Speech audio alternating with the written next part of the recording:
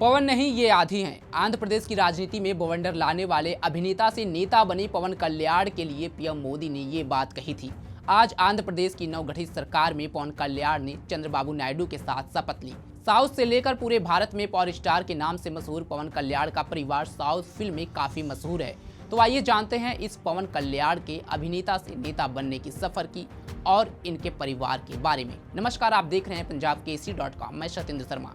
इस चुनावी सीजन में बॉलीवुड से लेकर भोजपुरी सिनेमा तक कई सितारों के चर्चे रहे। हेमा मालिनी से लेकर कंगना रनौत, रवि किशन तक कई सितारों ने चुनावी रण क्षेत्र में बाजी मारी, जहां कुछ पहले से ही राजनीति से जुड़े थे, वहीं कुछ के लिए ये बिल्कुल नया था। इस चुनावी सीजन में तेलुगु सुपरस्टार पवन कल्याण ने भी सबका ध्यान अपनी तरफ खींच लिया। अभिनेता से नेता बने पवन कल्याण ने आंध्र प्रदेश विधानसभा में पीथापुरम विधानसभा सीट से चुनाव लड़ा और जबरदस्त जीत हासिल की है। जनसेना के अध्यक्ष पवन कल्याण ने इस चुनाव में वाईएसआर कांग्रेस पार्टी की प्रतिद्वंदी वंगा गीता को 70,000 से ज्यादा वोटों से मात दी। सिनेमाई दुनिया में जादू बिखेरने वाले सुपरस्टार की यह पहली राजनीति जीत है, जिससे इस बात का संकेत मिलता है कि यह तो सिर्फ शुरुआत है। चंद्रबाबू नायडू आंध्र प्रदेश के मुख्यमंत्री चुने गए हैं, तो वहीं पवन कल्याण डिप्टी सीएम चुने गए हैं। चंद्रबाबू नायडू के शपथ ग्रहण समारोह में प्रधानमंत्री नरेंद्र मोदी के अलावा चिरंजीवी और रजनीकांत जैसे सितारे भी मौजूद रहे। पवन कल्याण की पार्टी जनसेना ने 2 सीटों पर लोकसभा चुनाव लड़ा और दोनों पर जीत हासिल की। वहीं आंध्र प्रदेश विधानसभा चुनाव में भी उनकी पार्टी दूसरी सबसे बड़ी पार्टी बनकर उभरी। ऐसे में पवन कल्याण की खूब चर्चा हो रही है।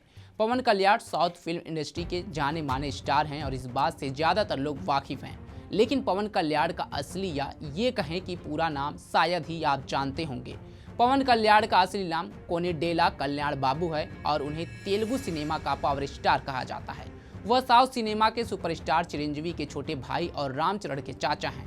उन्होंने अपने सिनेमाई करियर की शुरुआत अक्कड़ अम्माई लक्कड़ से की थी, जो 1996 में रिलीज हुई थी। उन्होंने साउथ सिनेमा को कई बड़ी हिट फिल्में दी। साल 1998 में रिलीज हुई टोली प्रेमा के लिए उन्हें अवार्ड भी मिला था। पवन कल्याण को सिनेमा जगत में 2 दशक से ज्यादा का समय हो गया है और आज भी उनका जलवा कायम है।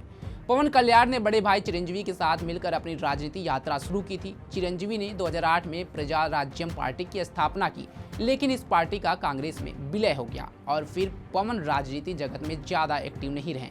वहीं पवन भी इस पार्टी से बाहर हो गए। फिर साल 2014 में पवन ने जनसेना पार्टी की स्थापना की, मगर 2014 में चुनाव नहीं लड़ा। साल 2019 में उन्होंने इस पार्टी से अकेले चुनाव लड़ा और इस चुनाव में उन्हें हार का मुंह देखना पड़ा। इस हार के बाद भी उन्होंने 2024 में हुए चुनाव में खड़े होने का फैसला किया और जनसेना पार्टी से सिर्फ अपनी ही नहीं बाकी की सीटों पर भी जीत हासिल की। पवन कल्याण की पर्सनल लाइफ की बात करें तो उन्होंने 3 शादियां की हैं।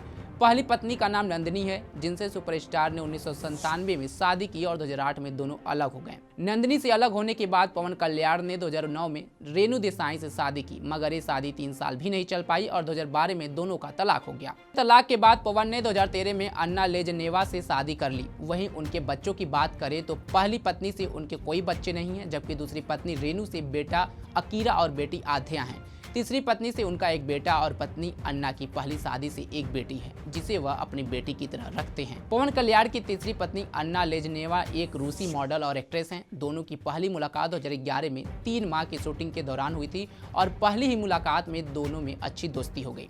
2 साल तक एक दूसरे को डेट करके के बाद 2013 में शादी का फैसला किया। इस शादी से 2017 में पवन कल्याण के बेटे का जन्म हुआ, जिसका नाम मार्क शंकर पवनोविच रखा गया। लेजनेवा इससे पहले भी शादी कर चुकी थी। इस शादी से लेजनेवा की एक बेटी है, जिसे पवन ने अपना लिया और अपने 3 बच्चों के साथ अन्ना की बेटी की परवरिश भी अपनी सगी बेटी की तरह ही कर रहे हैं। पवन कल्याण के बारे में आप क्या जानते हैं और उनकी राजनीतिक सफर से आप किसने खुश हैं?